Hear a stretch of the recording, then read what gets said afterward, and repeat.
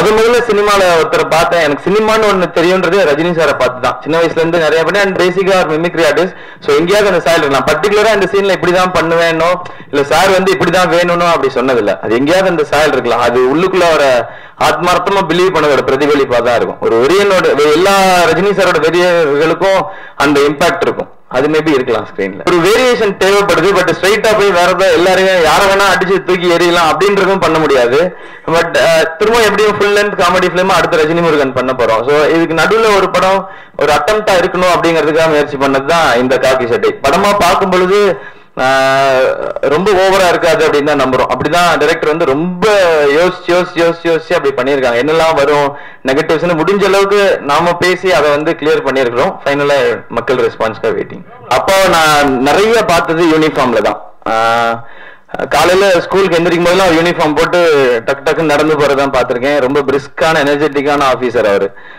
ஒரு போலீஸ் அப்படின்னும் போது நமக்கே ஒரு எக்ஸ்ட்ரா ஒரு பயம் இருக்கும். எப்பவுமே வெளியில போலீஸ் பார்க்கும் ஒரு பயம் மரியாதை எல்லாமே இருக்கும்.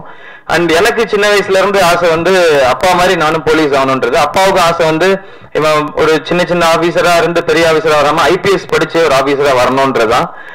பட் லைஃப்ல அப்பா இறந்ததுக்கு அப்புறம் நடந்த சில விஷயங்கள் அது கனவு வந்து தொடர முடியாம போயிடுச்சு.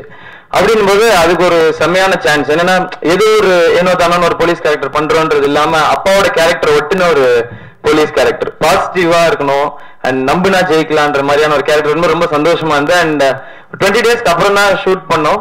அதுல ஃபர்ஸ்ட் டைம் போலீஸ் யூனிஃபார்ம் போடும்போது நான் கேரவான்ல போட்டு பார்த்துட்டு இன்னும் கொஞ்சம் ஃபிட்டா இருந்தா நல்லா இருக்குமே அப்படின்னு யோசிச்சேன் நான். ஏன்னா அந்த யூனிஃபார்ம் அவ்வளோ அப்படி இருக்காது. போட்டாலே கெத்தா இருக்கு. நமக்கு நம்மளோட இமேஜ் எல்லாம் அந்த யூனிஃபார்மே உடைச்சிருது. இது சும்மா விளையாட்டு பையன் காமெடி அப்படின்றதெல்லாம் உடைச்சிட்டு அந்த யூனிஃபார்மே ஒன்று கிரியேட் பண்ணுது. அப்படின் போது இன்னும் நம்ம சாலிடா இருக்கணுமே யோசிச்சேன்.